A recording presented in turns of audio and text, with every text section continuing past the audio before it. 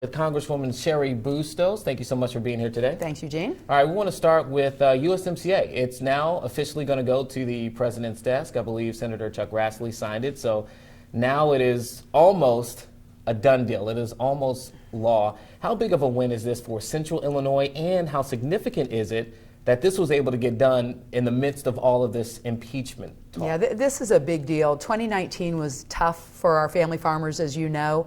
I actually was in a position to have the Speaker of the House come to Illinois and sit down with our family farmers. My goal on that was that she could walk away and understand the sense of urgency from our part of the country, and she did take that away. Now, I think if you can look at a deal and think about this in the scheme of things, how rare this is, but where you have the House, the Senate, Democrats, Republicans, the administration, organized labor, and family farmers all saying, you know, this is a pretty good deal. That's where we are. So this offers certainty with two of our three biggest agricultural trading partners, Mexico and Canada. And I think this is great. The president will sign it into law, and we'll get kind of hopefully back to a little more predictability from a trade perspective. And then the significance. I mean, something like this that had bipartisan support, you just kind of talked about all the sides that had to come together to get this done, is happening while we're in the midst of an impeachment trial. Well, you know, I mean, I think in the end, everybody knew that there was a sense of urgency on this. I wish this could have happened months ago. I wish it could have happened a lot earlier than it did. But the reality is that everybody saw that there was a job that needed to be done. I will give credit to the Trump administration in that they picked a trade ambassador, Lighthizer, who was very good to work with. I can't think of any time that we asked to sit down with him that he didn't agree to that. I think we can use this as a model for how we negotiate future trade deals, and for that matter, how we look at major legislation. If we could just take the effort of sitting down together, and where there are differences, just you got to give and take a little bit, and that's what the trade deal ended up being. Well, switching gears to impeachment, because that is taking place right now, the Senate impeachment trial. Now, it is a popular idea that the Senate is not going to vote to remove President Trump out of office, even after the House voted to impeach the president. I got to ask you, is it a good use of time and resources for this entire impeachment proceeding, given the fact that the election is later this year, and that it's already believed that it's unlikely the Senate will vote him out of office? I don't think there's any member of Congress that took any joy in voting for these articles of impeachment. It was a somber moment, and certainly I didn't run for Congress to have to vote like this. The reality is I look at it through more of a historical lens. Do we want to say that it is okay for the President of the United States to, for instance, not oblige with a subpoena? You know, there's not anybody, you and I, if we got subpoenaed, you have to live up to giving, you know, whether it's documents or testifying. Nobody is above the law, and the Founding Fathers knew that. The obstruction of Congress part of the articles of impeachment were because there was information, there were people who were asked to testify, none of which was the president obliged.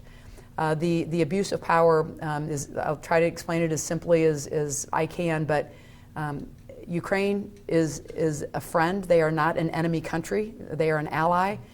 They are at war with Russia, which is an enemy country.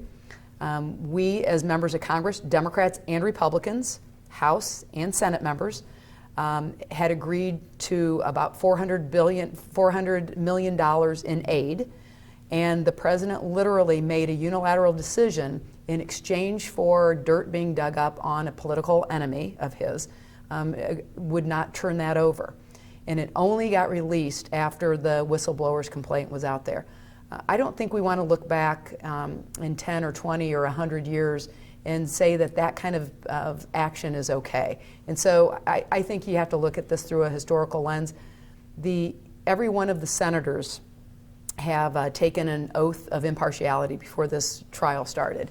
And I think in the end we should see whether they live up to that oath of impartiality that they all took. So I got to ask, do you think that there's a possibility that the Senate will vote to remove the president? I would be very surprised with Mitch McConnell leading the Senate that would happen. Okay. Well, we're talking about impeachment. election is coming up. You talked about how there's no member of Congress who wants to take a vote like impeachment, right? Although the president has said it's been a witch hunt and a hoax and all of these things, but I've heard it from several members of Congress. This is the type of vote that you want to take, particularly for those like yourself who are in Trump-supported areas. Was that something that was thought about when that vote was taken? And as you're seeking re-election, is it something that is in your mind that, yeah, I voted to impeach the president and I'm in a majority Trump-supported district? I think there are a good number of votes that you would never apply a political lens to when you're casting a vote, whether it is anything to do with war, anything to do with our national security, and certainly anything as serious as this moment in history. You know, it's not like articles of impeachment are presented every day. This is only the third time in the history of our nation that a president has where a president has been impeached, or where the House has voted to impeach the president. So it's certainly not through a political lens that you look at that. And if you want to broaden it even further, we have 31 Democrats in the U.S. House of Representatives who serve in districts that Donald Trump won. And I would argue that it was not political advantageous to vote for that when you come from a district that Donald Trump won. I am, as you mentioned, one of those districts. So you don't apply, a political test to a vote that serious. You do what you believe is right.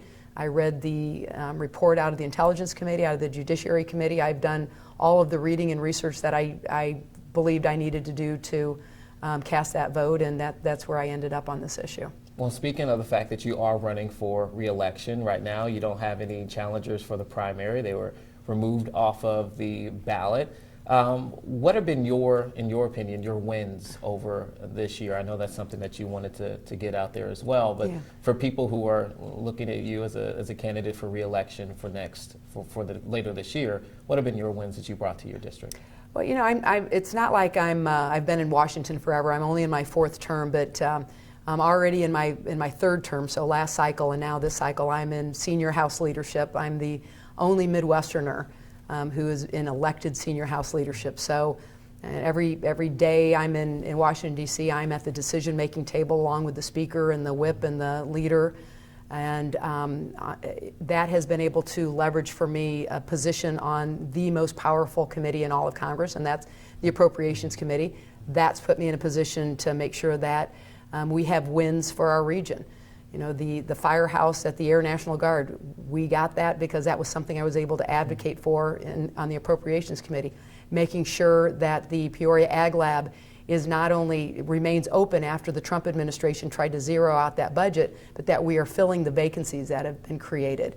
Whether it's investing in the jets that are used at the Air National Guard to the tune of almost $80 million to make sure we are in good shape on that front. Some of our biggest economic drivers, I've been able to be in a position to make sure that the federal funding that's needed for those is there. So I think it's everything from being in that position to help our region, to passing one of the most meaningful healthcare pieces of legislation in probably a decade. I think it's example after example like that of never losing sight of the region that I represent and making sure that I fight for the people here. And what do you see as the biggest needs continuing to be moving forward for your district? Well, what I'd like to see happen is this health care bill that I just referenced, that it would be nice if Mitch McConnell on the Senate side would actually take that up for a vote so we could send it over to the president. But let me tell you briefly what that does. It allows for the first time for Medicare to negotiate the price of prescription drugs. It allows for seniors on Medicare to have no more than $2,000 in out-of-pocket expenses. It allows for the savings from the drug companies to be pushed back into Medicare. So for the first time in Medicare's history, we could provide vision and dental and hearing care for seniors. And then the savings from that would trickle down to anybody with health insurance. So those savings in the prescription drug prices, you would see them, I would see them, folks all around us would see them. Going into 2020, we need to make sure that we pass a transportation bill. Our roads and our bridges and rail and airports, they all need upgrading. The side component of that is when you improve your infrastructure, you create jobs, and they're good paying jobs. So I think that will happen. I think we'll pass a meaningful transportation bill out of the House this session. All right, and are you giving any your green light for any presidential candidate at this point? Are you giving your support? No, I'm not going to endorse. I don't even know who I'm going to vote for right now. Really? Okay. I'm open to making sure that by the time I go into the voting booth on March 17th, which is the Illinois primary, I just want to make sure whoever I vote for understands our part of the country. Doesn't mean you have to be born or raised in the Midwest, but I want people not to treat us like flyover country. Understand what it means to be a family farmer, understand what it means if you've worked in manufacturing, maybe you've been laid off and you've had to go on to a different career, or maybe you've struggled finding another job. It's those kind of things that we see every day in our area, and I want to make sure who I vote for is going to understand that. All right. Well, Cheri Bustos, thank you so much, Congresswoman. We appreciate you for being here. Thank you.